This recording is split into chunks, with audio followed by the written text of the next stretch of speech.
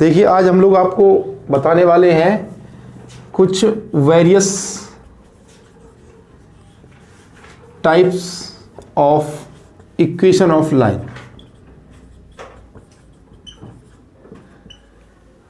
Various types of equation of line, ये आपका basic introduction है एक्सरसाइज 10.2 का, जिसमें हम लोग 10.2 में आने वाले फॉर्मेट के बारे में स्टडी करेंगे। ठीक है, देखिए आप लोग एक चीज़ समझ लीजिए कि आपका कोई भी कोऑर्डिनेट प्लेन है, ठीक है, और उस पर आपकी कोई भी एक लाइन है। क्लियर? तो जो लाइन होती है, लाइन क्या होती है? Line is the collection of infinite points. एक लाइन पर बहुत सारे इनफाइनाइट पॉइंट्स दे रखे होते हैं। ठीक है, तो यहाँ पर जो आपका जो पॉइंट और लाइन का जो रिलेशन है ना, the relation between the points and the line helps you to find the solution of the equation. मतलब सपोज करो आपकी कोई लाइन है, लाइन यहाँ जो लाइन दी जाएगी ना, एक सफिशिएंट कंडीशन दी जाएगी लाइन के साथ, जैसे कि ये है 3x + 2y = 11। क्लियर है? अब ये एक इक्वेशन है, वो भी स्ट्रेट लाइन की, linear equation of straight line. तो देखो यहाँ पर अब ये बहुत सारे डिफरेंट ऐसे x और y होंगे जो इस कंडीशन को सेटिस्फाई कर देंगे। क्लियर है ना? तो वो जो x और y की वैल्यू निकल के आएंगी ना, वो एक दूसरे के ऑर्डर्ड पेयर में जब हम उन्हें लेंगे, मान लो ये कोई पॉइंट है P और इस पर मैंने ले लिया x, y। ठीक है, different x and different y का एक ऐसा सेट जिसको इसमें रखने पर, इस इक्वेशन में रखने पर आपको ये कंडीशन वेरीफाई हो जाए। इट मींस दोनों साइड में LHS एंड RHS दोनों ही साइड में अगर इस कंडीशन वेरीफाई होगी तो ये जो पॉइंट होगा ना, पॉइंट P, ये इसका क्या हो जाएगा? सॉल्यूशन हो जाएगा। क्लियर है ना? तो जितने भी पॉइंट होते हैं, अगर हम उनको किसी इक्वेशन में x और y की जगह रखेंगे तो जो हमारा कंडीशन अगर वेरीफाई होता है तो वो उसका सॉल्यूशन होगा, और अगर कंडीशन वेरीफाई नहीं होता है तो वो उसका सॉल्यूशन नहीं होगा। क्लियर है ना? तो यहाँ पर हम जो हमारा फर्स्ट पॉइंट देखेंगे इक्वेशन ऑफ लाइन के बारे में, तो सबसे पहला टॉपिक है हमारा horizontal line and vertical line का। Horizontal line and vertical line, कहने का मतलब आपसे ये है कि अब आप इक्वेशन ऑफ लाइन बनाना सीखोगे। कैसी? Horizontal and vertical. तो देखिए बात करते हैं हॉरिजॉन्टल लाइन की। सबसे पहले आप जानते हो हॉरिजॉन्टल लाइन कैसी होती है? जो इस तरीके से लाइन होती है वो आपकी हॉरिजॉन्टल लाइन होती है, जो एज ए लैटिट्यूड टाइप में होती है। तो मान लो ये कोई आपका कोऑर्डिनेट प्लेन है और ये आपका y एक्सिस है। ओके, तो जितनी भी हॉरिजॉन्टल लाइन होंगी वो पैरेलल टू x एक्सिस होंगी, क्योंकि जो हमारा कोऑर्डिनेट प्लेन है इस पर हमें दो एक्सिस दे रखे होते हैं, जिसमें से x एक्सिस को हम हॉरिजॉन्टल एक्सिस कहते हैं और y एक्सिस को हम वर्टिकल एक्सिस कहते हैं। तो क्योंकि हम हॉरिजॉन्टल लाइन इस पे ड्रॉ करने वाले हैं तो वो सारी की सारी लाइंस जो होंगी वो x एक्सिस के पैरेलल होंगी। क्लियर है? कोई डाउट तो नहीं है ना? अब देखिए हॉरिजॉन्टल लाइन जो होगी ना, ये आपका ओरिजिन होता है, तो इससे क्योंकि या तो वो इस x एक्सिस पर ही लाई करेगी, अदरवाइज वो इससे थोड़ा भी इधर उधर होगी तो कहीं ना कहीं इससे, मान लो यहां से लेकर यहां तक y एक्सिस की पॉजिटिव डायरेक्शन में ये कोई डिस्टेंस दे रखी है, ऐसे होते हैं ना 1 2 3 4 5, इस तरीके से मान लो यहां से लेकर यहां तक ये कोई डिस्टेंस है a। ठीक है, और यहां से लेकर यहां तक जितनी डिस्टेंस होगी वही ये वाला पॉइंट होगा आपका। तो इस वाले पॉइंट का जो कोऑर्डिनेट हो जाएगा वो हो जाएगा 0, a। 0 इसलिए क्योंकि x पे कितना है? 0 है। ठीक है, और y पर कितना है? a है। अब देखिए इसका a डिस्टेंस पे एक आपको लाइन ड्रॉ करनी है जो कि पैरेलल होगी किसके? x एक्सिस के। तो ये वाली लाइन क्या कहलाएगी? ये वाली लाइन कहलाएगी हॉरिजॉन्टल लाइन। क्लियर है भाई? अब देखो इस पर यहां से लेकर यहां तक का डिस्टेंस a है, क्योंकि ये इसके पैरेलल है तो डिस्टेंस तो ऑलवेज सेम रहेगा इनके बीच में। इसका मतलब इस लाइन पर y कभी भी चेंज नहीं होगा, y तो यही रहेगा। आप डिफरेंट x और डिफरेंट नेगेटिव डायरेक्शन में x यूज कर सकते हैं। तो हमेशा जो आपकी x एक्सिस के लाइन पैरेलल होगी उस पर आपका x क्या होगा? 0 होगा, और यहां पर जो हॉरिजॉन्टल लाइन का जो इक्वेशन आएगा वो आ जाएगा y = a। आएगा कि नहीं आएगा भाई? a तो सेम ही रहना है ना इसमें, जब भी हॉरिजॉन्टल लाइन होगी आपकी y = a हो जाएगा। हाँ, एक चीज तो हो सकती है कि जरूरी थोड़ी है कि ये वाली लाइन इसके पॉजिटिव डायरेक्शन में हो, इसके नेगेटिव डायरेक्शन में भी तो हो सकती है ये वाली लाइन इस तरीके से l हो सकती है ना। तो इसका यहाँ से लेकर यहाँ तक का जो डिस्टेंस होगा वो डिस्टेंस तो a होगा, लेकिन जब आप इसको रिप्रेजेंट करोगे तो 0, -a में रिप्रेजेंट करोगे, और इस कंडीशन में इस लाइन की जो इक्वेशन होगी वो y = -a हो जाएगी। क्लियर है ना?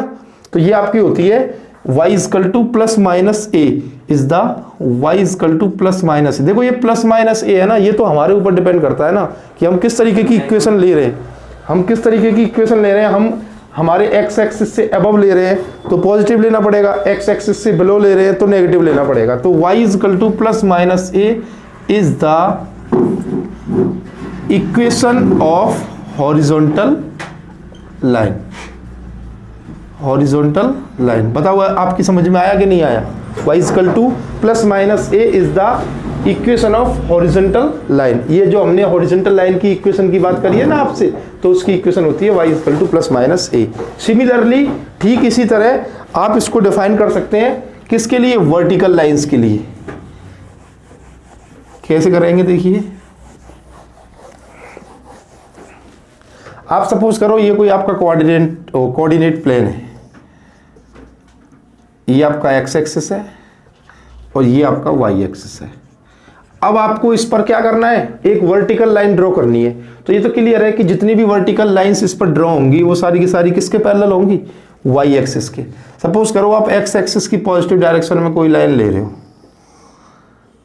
L, और ये जो लाइन है ये इस y एक्सिस के पैरेलल है, तो ये कहीं ना कहीं इस पर जितना भी आपका ये जो x होगा ना, x इस पर चेंज नहीं हो सकता है। देखो जितनी डिस्टेंस हमने यहाँ से यहाँ तक ले ली, मान लो ये वाला पॉइंट हो गया, इसके कोऑर्डिनेट होंगे a, 0।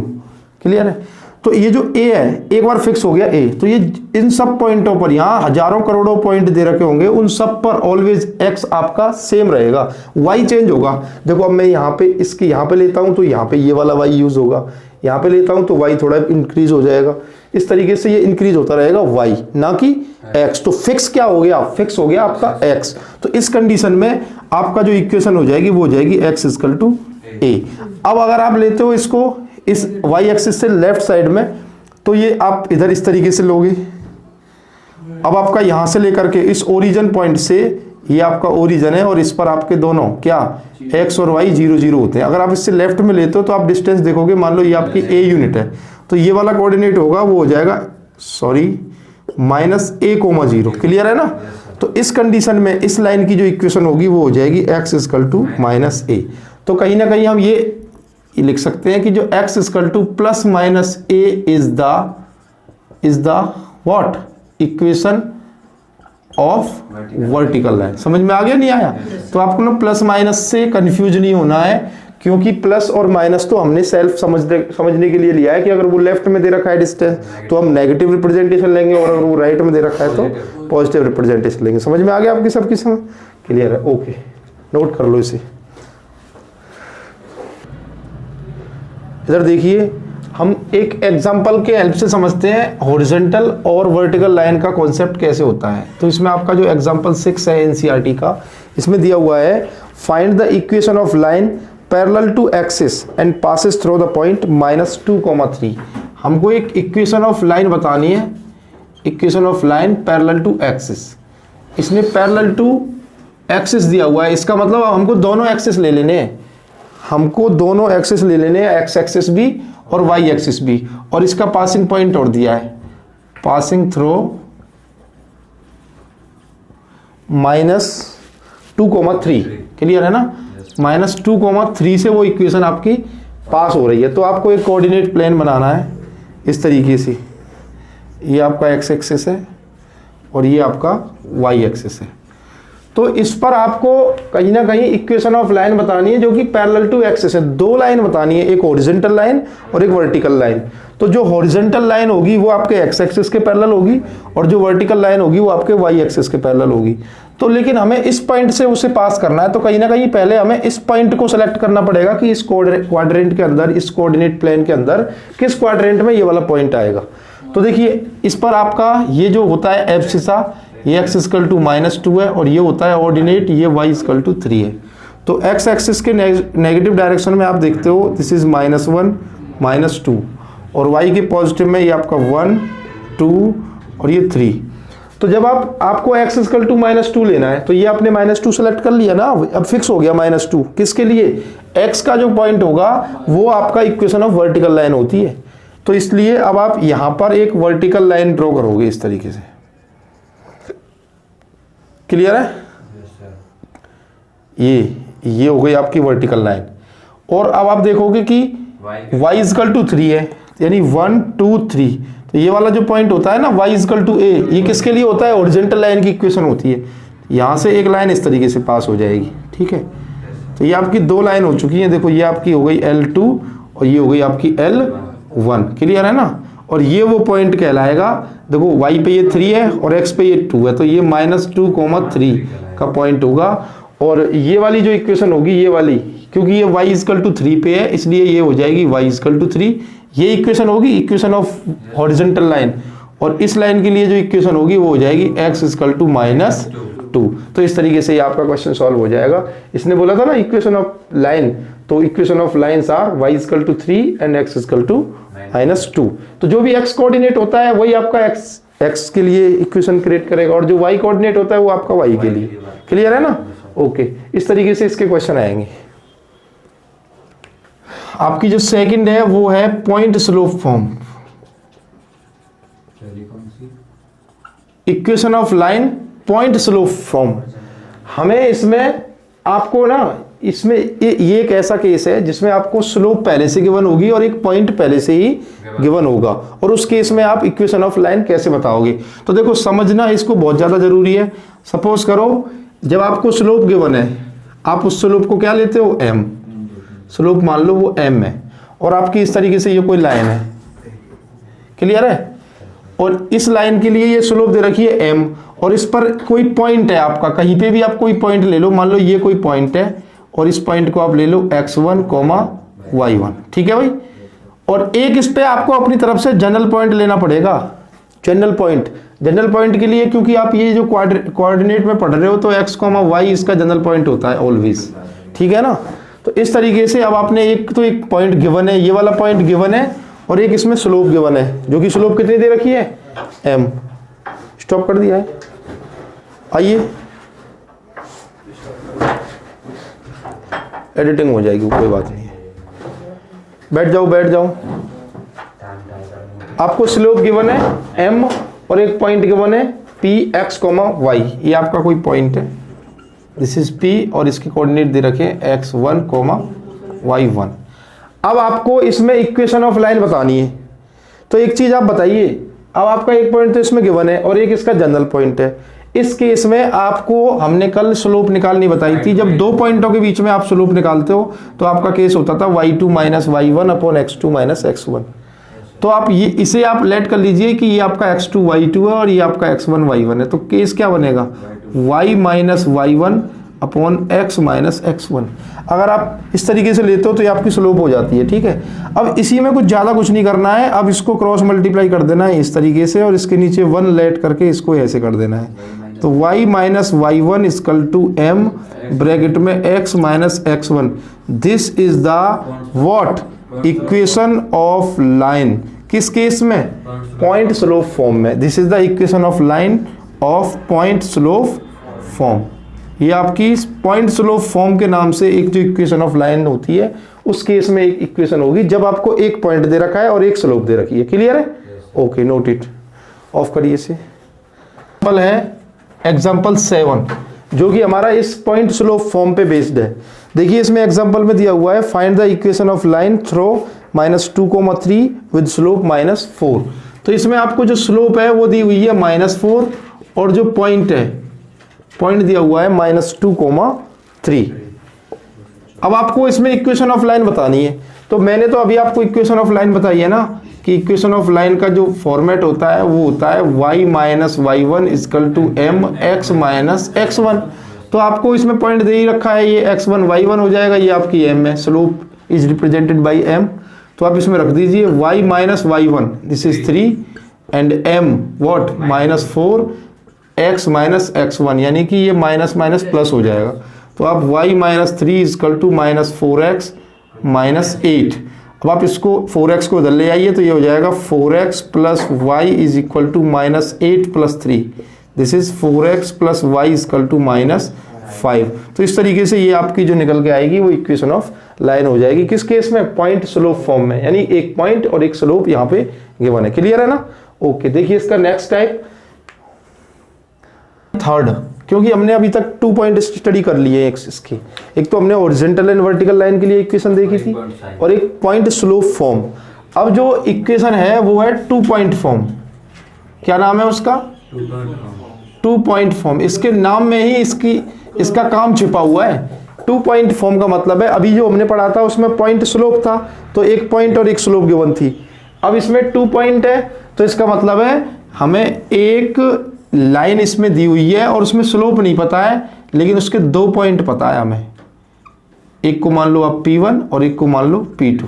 तो इसके कोऑर्डिनेट हो जाएंगे x1, y1 और इसके कोऑर्डिनेट हो जाएंगे x2, y2। तो हमें ये 2 पॉइंट गिवन है। वी हैव गिवन 2 पॉइंट, यानी P1 with coordinate x1, y1 and P2 x2, y2। अब आपको इस केस में बताना है इक्वेशन ऑफ लाइन। तो क्योंकि आपको पता है ये तो गिवन पॉइंट है, एक फिक्स वैल्यू है। एक आपको इसी लाइन पर कहीं पे भी एक कोई पॉइंट ले लो जो कि जनरल होगा और जिसके कोऑर्डिनेट किससे रिप्रेजेंट होंगे? x, y से। अब आप इसको ना 2 तरीके से कर सकते हैं। 2 तरीके से कैसे कर सकते हैं? आप देख रहे हो कि आपके तीनों पॉइंट P1, P2 और P ये एक ही लाइन पे आ रहे हैं, तो इसे आप क्या कहते हैं? कोलिनियर। तो इसका मतलब आपके जो P1, P2 and P points are collinear. क्यों कोलिनियर है? क्योंकि ये एक ही लाइन पे आ रहे हैं। और जब कोलिनियर केस होता है उस केस में आपके इन पॉइंटों की जो स्लोप होती है वो सेम होती है। इसका मतलब slope of P2 and P is equal to P and P1। ये दोनों स्लोप आपस में इक्वल होंगी।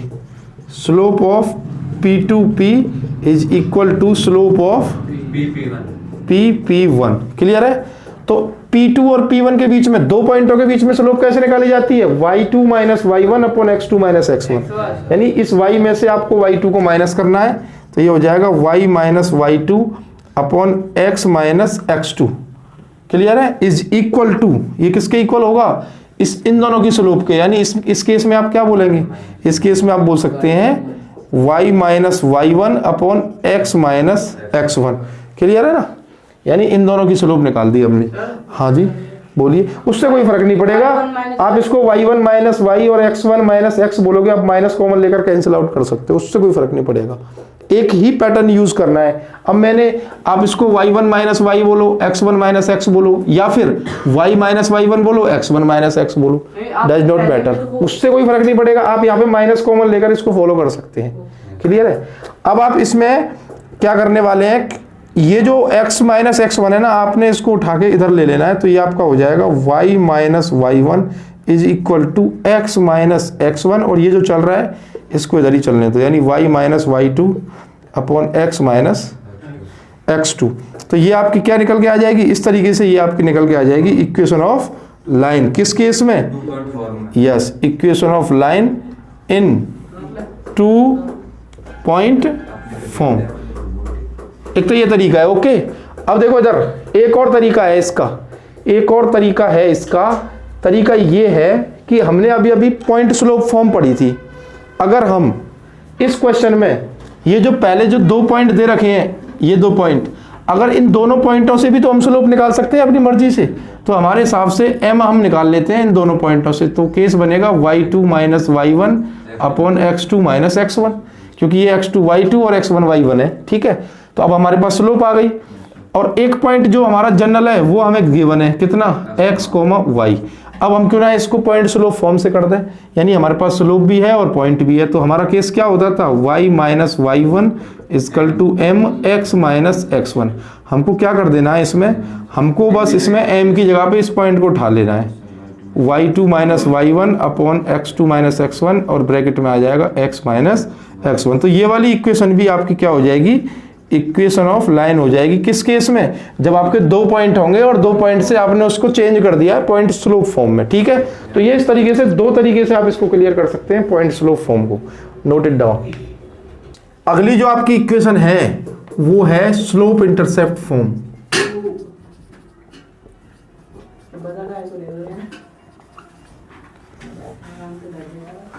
स्लोप इंटरसेप्ट फॉर्म है ये। देखो स्लोप इंटरसेप्ट ये दो तरीके से होती है। एक जब आपका कोई एक्स एक्सिस पे इंटरसेप्ट हो, और एक जब आपका कोई इंटरसेप्ट वाई एक्सिस पर हो। तो हम इसके पहले केस को लेते हैं जब आपका वाई इंटरसेप्ट फॉर्म होगी, वाई इंटरसेप्ट फॉर्म।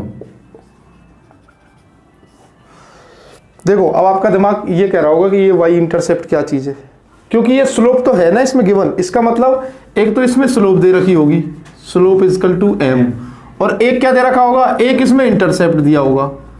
तो उसी इंटरसेप्ट की तो मैं आपसे बात कर रहा हूं कि ये जो इंटरसेप्ट होता है ये दो तरीके से दिया होता है, एक वाई इंटरसेप्ट या फिर एक्स इंटरसेप्ट। तो वाई इंटरसेप्ट के रूप में हम देखेंगे कि हमारी इक्वेशन कैसे खुलती है, क्योंकि हमें सबसे पहले ये समझना होगा कि ये वाई इंटरसेप्ट है क्या। तो देखो मान लो ये कोई आपका coordinate plane, this is x axis और दिस इज वाई एक्सिस। इस पर आपकी कोई एक लाइन है, वाई इंटरसेप्ट का मतलब है अब आपको ये लाइन इस तरीके से लेनी है, ठीक है। ये लाइन यहां पर कोई भी आपकी स्लोप है जो कि दे रखी है क्या, m equal to tan theta के रूप में रिप्रेजेंटेड है, ठीक है। तो ये जो इंटरसेप्ट होता है ये क्या चीज है, इस ओरिजिन से एक्स एक्सिस पर, इस ओरिजिन से यहां से लेकर यहां तक की जो डिस्टेंस होती है ना, उसे ही हम कहते हैं वाई इंटरसेप्ट। मान लो ये डिस्टेंस आपकी इस तरीके से दे रखी है ए, तो ये ए क्या हो जाएगा, ए हो जाएगा आपका वाई इंटरसेप्ट। क्या हो जाएगा, वाई इंटरसेप्ट हो जाएगा, ठीक बात। अब यहां से लेकर के यहां तक की जो डिस्टेंस होती है वो यहां पर इस पॉइंट के द्वारा रिप्रेजेंट होगी, जिसके कोऑर्डिनेट हो जाएंगे 0, A, 0, A। तो अब आपका पॉइंट तैयार है और स्लोप पहले से ही गिवन है, कितनी, m। अब आप बताओ मुझे, जब आपको पॉइंट भी पता है स्लोप भी पता है, तब आप कौन सी फॉर्म यूज करते हो, स्लोप इंटरसेप्ट। और स्लोप इंटरसेप्ट फॉर्म ये होती है y minus y1 is equal to m x minus x1। तो y माइनस y1 ये x1 ये y1, तो y1 हो गया आपका a इजकल टू m उसमें ऑलरेडी गिवन है x माइनस 0। तो ये क्या हो जाएगा, y minus a is equal to M x. और ये जो a है, a क्या था, a आपका y इंटरसेप्ट था, तो ये माइनस का a जब इधर जाएगा तो इसका a है, जैसे ये इधर आपका ट्रांसपोज होगा तो इक्वेशन बन जाएगी y is equal to M x plus a। तो यही आपकी होती है क्या, this is the equation of line. किस फॉर्म में, स्लोप इंटरसेप्ट में, जब आपका y इंटरसेप्ट गिवन है। This is the equation of line of y intercept. समझ में आ गई, नहीं आई बात, ठीक है भाई। अब देखिए यहीं की यहीं आपसे अगर कहें कि भाई हमें सेकंड केस के बारे में बात करनी है, जब हमें इंटरसेप्ट किस में रूप में दे रखा है, X intercept, X intercept form. देखो कहीं कहीं आपको ये जो है ना y is equal to M x plus C के रूप में मिल जाता है, तो इससे कंफ्यूज मत हो ना। उसने इसका मतलब है यहां से लेकर यहां तक की जो डिस्टेंस है वो सी ली है, इंटरसेप्ट सी लिया है, कुछ भी ले सकते हैं। वो कभी कभी 4 अगर दे देगा कि भाई 4 इंटरसेप्ट है, तो फिर आप यहाँ पर क्या लगा दोगे, 4 लगा दोगे। एक्स इंटरसेप्ट केस में इसका मतलब है आपकी ये जो लाइन आ रही है ना, अब ये वाली लाइन, अब ये एक्स एक्सिस को कहाँ पे इंटरसेक्ट करेगी, यहाँ इंटरसेप्ट करेगी। तो आपका जो इंटरसेप्ट होगा, इधर देखिए, यहां से लेकर यहां तक की जो डिस्टेंस है, मान लो अब इस डिस्टेंस को क्या ले लें, ए ले लेते हैं, ए ही मानो। तो ये जो ए है, यहां से ओरिजिन से लेकर के एक्स एक्सिस के इस पॉइंट तक की जो डिस्टेंस होती है, यही आपकी क्या कहलाती है, ये कहलाएगी आपकी एक्स इंटरसेप्ट, ठीक बात। और इस पॉइंट का जो कोऑर्डिनेट हो जाएगा, ये जो आपका पॉइंट है एक्स एक्सिस पर, इसके कोऑर्डिनेट हो जाएंगे a, 0। हो जाएगा, नहीं हो जाएगा। अब देखिए, अब आपका गिवन पॉइंट ये है a, 0।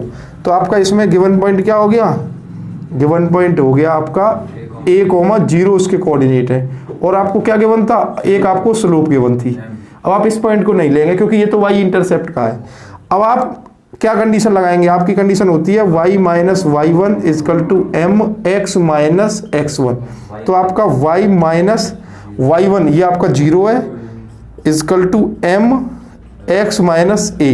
तो ये y में से 0 माइनस करोगे तो ये हो जाएगी y is equal to M x minus a. This is the equation of line, equation of line of x intercept. जब आपका एक्स इंटरसेप्ट दे रखा है। ठीक है, बट नोट डाउन दिस। अब आपने देखा था स्लोप इंटरसेप्ट, यानी स्लोप गिवन थी और इंटरसेप्ट दो तरीके से था, एक्स और वाई। अब आप देखेंगे स्लोप नहीं है, सिर्फ इंटरसेप्ट दे रखे हैं दोनों एक्सिसों के, यानी इसका नाम क्या हो जाएगा, इसका नाम हो जाएगा एक्सिस इंटरसेप्ट फॉर्म। जब आपको एक्सिस पे इंटरसेप्ट दे रखे हैं दोनों के दोनों, लेट कर लो कि आपका एक्स इंटरसेप्ट है, आपका एक्स इंटरसेप्ट है मान लो ए, और आपका वाई इंटरसेप्ट है बी। ठीक है, ये मान लो आपका बी है। अब आप इंटरसेप्ट तो समझ ही चुके हैं ना कि एक्स इंटरसेप्ट क्या होता है। एक्स इंटरसेप्ट होता है आपका ओरिजिन से लेकर के एक्स एक्सिस पर जो डिस्टेंस होती है वो आपका एक्स इंटरसेप्ट है, और वाई एक्स इंटरसेप्ट होता है ओरिजिन से वाई के पॉइंट तक की डिस्टेंस, जिस पॉइंट पर वाई को इंटरसेक्ट हो रहा है। तो आप सपोज करो ये आपका कोऑर्डिनेट प्लेन और इस पर आपने कोई लाइन ले ली, कैसे भी ले लो आप, इस तरीके से ले ली। ठीक है, तो यहाँ से लेकर के यहाँ तक की जो डिस्टेंस होती है वो कहलाती है वाई इंटरसेप्ट। तो वाई इंटरसेप्ट दे रखी है बी, इसका मतलब आपको यहाँ से लेकर यहाँ तक का डिस्टेंस दिया हुआ है बी, तो इसके कोऑर्डिनेट हो जाएंगे 0, बी। और यहाँ से लेकर के यहाँ तक का आपको दे रखा है, ये आपका एक्स इंटरसेप्ट होता है, ये ए दे रखा है, तो इसके कोऑर्डिनेट हो जाएंगे a, 0। अब आपको इस लाइन की एल की आपको क्या बतानी है इक्वेशन, बहुत सरल है, 2 पॉइंट पता है, 2 पॉइंट फॉर्म लगा दो। 2 पॉइंट फॉर्म आपको क्या होती है, 2 पॉइंट फॉर्म ये होती है y minus y1 is equal to y2 minus y1 upon x2 minus x1, और यहाँ होता है x माइनस x1। ये होती है 2 पॉइंट फॉर्म जब आपको 2 पॉइंट पता है, क्योंकि ये वही है स्लोप वाली है। देखो इस चीज से तो स्लोप निकलती है, तो ये m की वैल्यू है, तो ये हो जाएगा y माइनस y1। y1 की वैल्यू क्या है आपकी, ये आपका सपोज करो x1 y1 x2 y2, तो y माइनस y1 आप ये मान लो 0 है, equal to y2 minus y1, तो ये आपका y2 और ये y1 यानी b minus 0 upon x2 minus x1 यानी 0 माइनस a, और इधर आ जाएगा x माइनस x1 की वैल्यू आपकी a। तो जब आप इसे ओपन करोगे तो ये हो जाएगा y is equal to b upon में माइनस a, ब्रैकेट में आ जाएगा x माइनस a। आप इसको इधर ले आइए तो ये हो जाएगा माइनस के ay is equal to bx minus के ab। अब आप इस AB को इधर ले आओ तो ये क्या हो जाएगा AB, और इस AY को इधर ले जाओ तो ये हो जाएगा BX प्लस AY। अब आप देखिए ये जो AB है इसको इन दोनों के नीचे ले जाओ अपॉन में, तो इधर क्या बचेगा 1, इधर हो जाएगा BX अपॉन AB, इसके नीचे जाएगा, और इधर इसके भी नीचे जाएगा AB। अब देखो क्या कैंसिल हो रहा है आपका, B से B कैंसिल हो गया, और इधर आपका A से A, तो इसकी कंडीशन आ गई x upon A plus y upon b is equal to 1। यही आपकी क्या हो जाएगी, ये आपकी इक्वेशन ऑफ लाइन हो जाएगी। कब, जब आपके दोनों एक्सिसों पे इंटरसेप्ट दे रखा है, तो इसे इंटरसेप्ट फॉर्म बोलते हैं। ठीक बात, उतारिए इसे, नोट करिए। अब हम लास्ट इंट्रोडक्शन का कॉन्सेप्ट है हमारा ये नॉर्मल फॉर्म। नॉर्मल फॉर्म में इक्वेशन कैसे निकाली जाएगी, जब आप एक नॉर्मल लाइन आपको दे रखी है। देखिए जब हम एक नॉन वर्टिकल लाइन की बात करते हैं, मान लो इस तरीके से आपकी कोई नॉन वर्टिकल है, वर्टिकल लाइन तो इस तरीके से होती है, नॉन वर्टिकल लाइन किस तरीके से खींच सकते हैं आप, इसको थोड़ा छोटा बना लो, चारों क्वाड्रेंटों में रिप्रेजेंट होगी वो आपकी। मान लो ऐसे हो सकती है नॉन वर्टिकल लाइन, देखो ये नॉन वर्टिकल लाइन हो सकती है। सेकंड क्वाड्रेंट में अगर हम बात करें इसमें, तो इसमें किस तरीके से हो सकती है आपकी, इस तरीके से हो सकती है। और थर्ड क्वाड्रेंट की अगर बात करें तो ये इस तरीके से हो सकती है, ठीक है। और फोर्थ क्वाड्रेंट में ये आपकी इस तरीके से हो सकती है, ठीक है ना। एक्स एक्सिस, वाई एक्सिस, और ये आपकी लाइन एल, ये आपकी लाइन एल, ये एक्स एक्सिस और ये वाई एक्सिस, सब पे बात करेंगे चारों एक्सिसों में। ये आपकी लाइन एल, ये आपका वाई एक्सिस, एक्स एक्सिस, और ये आपकी लाइन हो जाएगी एल, और ये आपका वाई एक्सिस, और ये आपका एक्स एक्सिस, और ये लाइन हो गई एल, ठीक है। देखिए ये इनमें ओरिजिन दे रखा है, इस ओरिजिन पे दोनों के दोनों कोऑर्डिनेट्स आपके 0, जीरो होते हैं। तो देखिए इसमें नॉन वर्टिकल लाइन वो होती है जो कि 90 डिग्री का एंगल नहीं बनाती है, 90 डिग्री से अनदर एंगल बनाएगी, ठीक है ना। तो ये जो लाइन है यहाँ पे स्लोप जो होगी इसकी 90 डिग्री नहीं होगी, 90 से या तो ज़्यादा होगी या 90 से कम होगी। तो इस केस में आपकी स्लोप क्लियरली देख लो, आपको ज़्यादा दिखाई दे रही है ना। इस केस में इसकी स्लोप कम है, 90 डिग्री से एक्यूट है। इसमें ये आपकी ऑब्ट्यूज है, इसमें ये क्या है, इसमें देखो यहाँ पे ये इस तरीके से बन रही है, क्लियर है, और यहाँ पर ये इस तरीके से बन रही है, नहीं है। तो आप हाँ बोलिए, कहाँ से हो सकती है, क्यों नहीं हो सकती है, इंटरसेप्ट नहीं होगा उस केस में, इंटरसेप्ट नहीं होगा, सेंटर से हो सकती है, हाँ हो सकती है ना, ओरिजिन से होगी तो इंटरसेप्ट नहीं होगा उसमें, ठीक है। क्योंकि जब अपने 0,0 से पास करा रहे हो तो इंटरसेप्ट कहाँ से हो गया, 0,0 पे डिस्टेंस, जीरो डिस्टेंस कभी ली जाती है क्या, जीरो डिस्टेंस जहाँ दे रखी है वहाँ इंटरसेप्ट कैसे हो सकता है, जहाँ डिस्टेंस ही को तो इंटरसेप्ट कहते हैं, और जब आपने डिस्टेंस को ही जीरो ले लिया है तो आप इंटरसेप्ट कैसे ले सकते हो, उस केस में आप इंटरसेप्ट नहीं ले सकते, इसीलिए 0,0 को इसमें डिफाइन नहीं किया है। बिल्कुल हो सकती है, ठीक है। अब देखिए जब आपकी एक नॉन वर्टिकल लाइन होगी ना, उस केस में हम जो इक्वेशन बताएंगे उसके लिए हमें दो इंपॉर्टेंट चीजों की जरूरत पड़ेगी। एक तो क्या, जैसा कि आपकी बुक में दिया हुआ है, एक तो आपकी length of the perpendicular from the origin to the line. देखिए ओरिजिन से एक आपको परपेंडिकुलर डालना है, ध्यान से देख लीजिए, ओरिजिन से लाइन पर आपको एक परपेंडिकुलर डालना है इस तरीके से। देखो ये आपका O है और इस तरीके से हमने ये परपेंडिकुलर डाल दिया इस पॉइंट पर, पॉइंट P पर। ये जो परपेंडिकुलर है इसकी हमें लेंथ गिवन होनी चाहिए, लेंथ ऑफ द परपेंडिकुलर, ठीक है ना। तो मान लो इसकी लेंथ आप कुछ भी ले लो, क्या M ले लो, या फिर इसकी लेंथ आप P ले सकते हैं, इसको M ले सकते हैं, कुछ भी है, ठीक है। इसकी लेंथ आपने M ले ली। एक तो आपको लेंथ गिवन होनी चाहिए, length of perpendicular from origin, कहां से डाली जा रही है ये, ओरिजिन से, ओरिजिन टू लाइन, लाइन पर, ठीक है ना। दूसरी बात आपको क्या चीज गिवन होनी चाहिए, angle which the normal makes with the positive direction of x axis, कि वो कितने डिग्री का एंगल बना रही है, ठीक है। ये वाली जो लाइन है, ये वाली लाइन एक्स एक्सिस के पॉजिटिव डायरेक्शन के साथ कितने डिग्री का एंगल बना रही है, ये एंगल भी आपको गिवन होना चाहिए। तो यहां पे लिख लो angle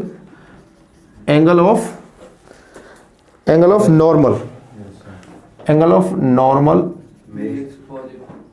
is given, no problem. मैं आपको बताता हूं नॉर्मल क्या होती है। जो भी हमारा लाइन पर परपेंडिकुलर वाली जो लाइन होती है ना, वो एक ये वाली लाइन, इस पर अगर यहां पर परपेंडिकुलर बना रही है तो ये वाली लाइन इसको नॉर्मल बोलेंगे, ठीक है, इस वाली लाइन को, OP को। तो अब हमें ये थीटा गिवन होना चाहिए, ये जो नॉर्मल वाली लाइन है ये एक्स एक्सिस के साथ कितने डिग्री का एंगल बना रही है, तो ये हमें थीटा गिवन होना चाहिए, तो हमने इसको थीटा ले लिया, ठीक है, या ओमेगा भी ले सकते हैं, कुछ भी ले सकते हैं। हमें दो चीजों की जरूरत होती है, एक तो length of the perpendicular from the origin to the line, और एक उस नॉर्मल वाली लाइन का, जो आपकी परपेंडिकुलर वाली लाइन है उसका एक्स एक्सिस के साथ कितना एंगल है। इन चीजों की जरूरत पड़ती है, ठीक है। देखो हम इसमें कैसे रिप्रेजेंट करेंगे, तो हम यहाँ से हमें क्या डालना पड़ेगा, इस पे परपेंडिकुलर, ये आपका O है, और जब आपने यहाँ से यहाँ परपेंडिकुलर डाला है, ये आपका पॉइंट है P, और यहाँ से लेकर यहाँ तक की डिस्टेंस कितनी है, M, और यहाँ पे आपका एंगल क्या हो गया, थीटा, ठीक। थीटा ये नहीं होगा, अब आपका थीटा एक्स एक्सिस की पॉजिटिव डायरेक्शन पे होगा, यानी ये होगा थीटा, ये होगा थीटा, ठीक है ना। अगर आप ये थर्ड क्वाड्रेंट में लेते हो इसे, तो आपको इसे परपेंडिकुलर डालना पड़ेगा यहाँ से इस लाइन पर, यानी इस तरीके से।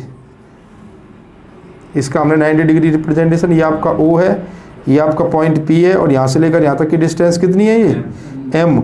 अब आपको क्या लेना पड़ेगा, आपको लेना पड़ेगा इस लाइन का यहाँ पे पॉजिटिव डायरेक्शन पे कितना एंगल है, तो ये इस तरीके से ऐसे जाएगा, ये आपका थीटा है। क्यों नहीं होगा ऐसे, एक्यूट नहीं लेंगे, इसका एंगल लेंगे पॉजिटिव डायरेक्शन के साथ। तो पॉजिटिव डायरेक्शन तो यहाँ से स्टार्ट होती है ना, इसकी एंटी क्लॉकवाइज, इस तरीके से एंटी क्लॉकवाइज यहाँ तक चलती है। आप सपोज करिए आपकी ये लाइन फोर्थ क्वाड्रेंट में है, और आपने यहाँ पर परपेंडिकुलर डाल दिया ओरिजिन से इधर, ये आपका पॉइंट P है, ये आपका O है, और यहाँ से लेकर यहाँ तक की डिस्टेंस कॉमन लेकर चल रहे हो सब में, M है। और अब आप देखते हो कि इस वाले केस में आपका जो पॉजिटिव डायरेक्शन में एंगल होगा वो इस तरीके से होगा, ये आपका थीटा होगा कि नहीं होगा, यहाँ पे मैंने थीटा लिख दिया, ओके डन।